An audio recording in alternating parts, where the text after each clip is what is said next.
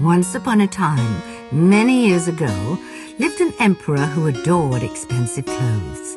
He didn't care about his soldiers, his palaces, or even his people. He only ever went outside his castle to show off his latest outfit. The emperor had 1,000 robes, 10,000 shoes, and a coat for every hour of the day. Instead of spending time with his advisors, he was always in his dressing room, preening in front of the mirror. One day, 2 wicked swindlers arrived in the city. They claimed to be weavers with an enchanted loom that wove the finest cloth in the world. The clothes it made were not only beautiful, but magic, they said. Only wise people could see them. To anyone stupid or unfit for office, the clothes would seem invisible. The emperor thought this was brilliant. If I wear clothes made of this material, I'll know by my men's reactions which ones I should sack, he thought. So he paid the wicked weavers 10 large chests of gold to make him some magic clothes.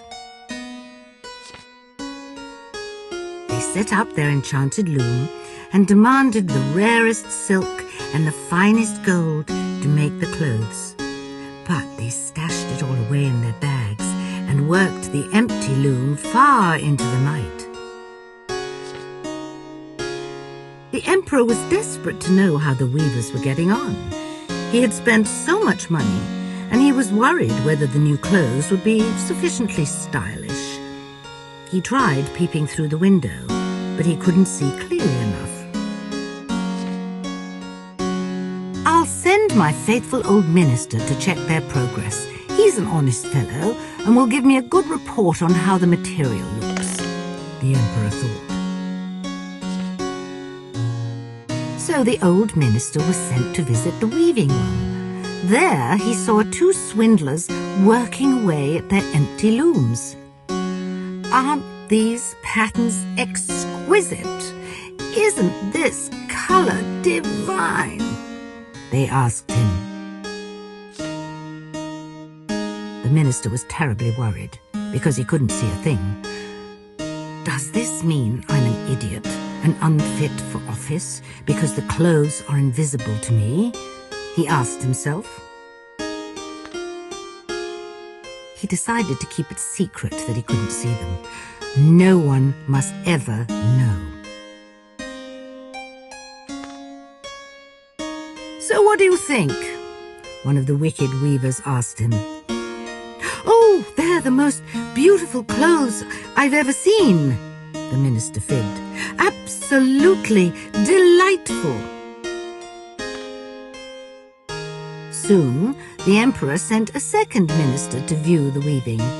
He looked and looked, but couldn't see anything in the looms. Like the first minister, he was too scared to tell the truth, so he told the emperor that the clothes were wonderful.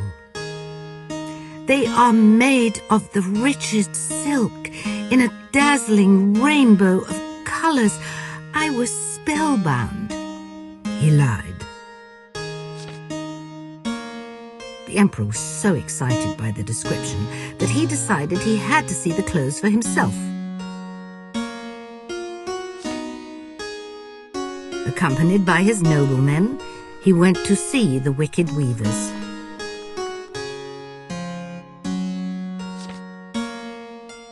Aren't they dazzling? Just look at the colours, his men said. They didn't dare admit that they could see nothing in the loom. The emperor was horrified, for he couldn't see a thing. Not one single thread or piece of fabric. Am I stupid? He thought. Does this mean I am unfit to be emperor? So he pretended he could see them. They're ravishing, spectacular. I give them my highest approval, he said. Everyone else stood around, looking at the empty looms, not daring to confess they saw nothing. One by one, they all joined the emperor in praising the invisible clothes. The emperor presented each of the swindlers with a medal and proclaimed them official royal weavers. The next day, the emperor returned with his ministers to collect the magic clothes.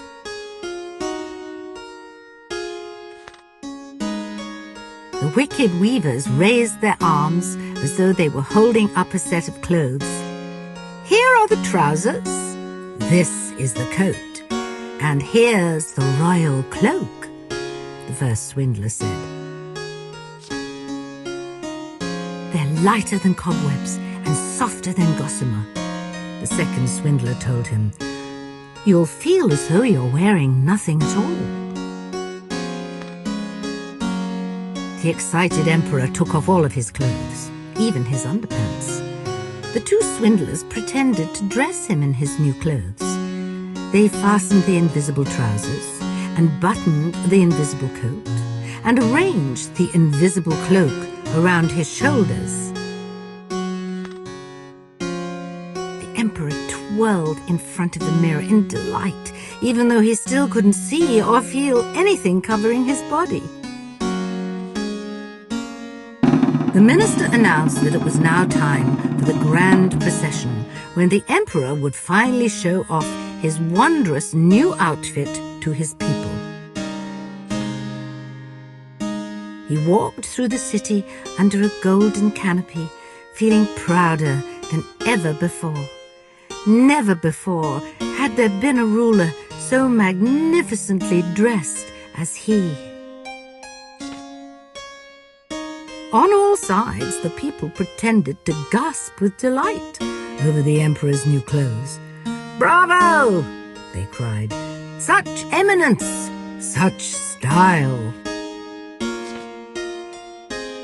For they had all heard the rumors about the magic material, and no one wanted to be found stupid for not being able to see it. Then a little boy piped up from the back of the crowd. "Hasn't the emperor got any clothes on? He isn't even wearing any underpants," he shouted. His father quickly hushed him and tried to apologize. "Please forgive him. He's only an innocent child. He doesn't know what he's saying." But the damage was done. The whispers started. They grew, and soon the whole town was crying out, "But the emperor isn't wearing any clothes!" The poor, foolish emperor at last realized they were right. No wonder he was starting to shiver with cold. But to save his dignity, he marched on to the end of the procession, with his noblemen still pretending to carry his invisible cloak. And from that day forth, he was known forevermore as the Emperor of No Clothes.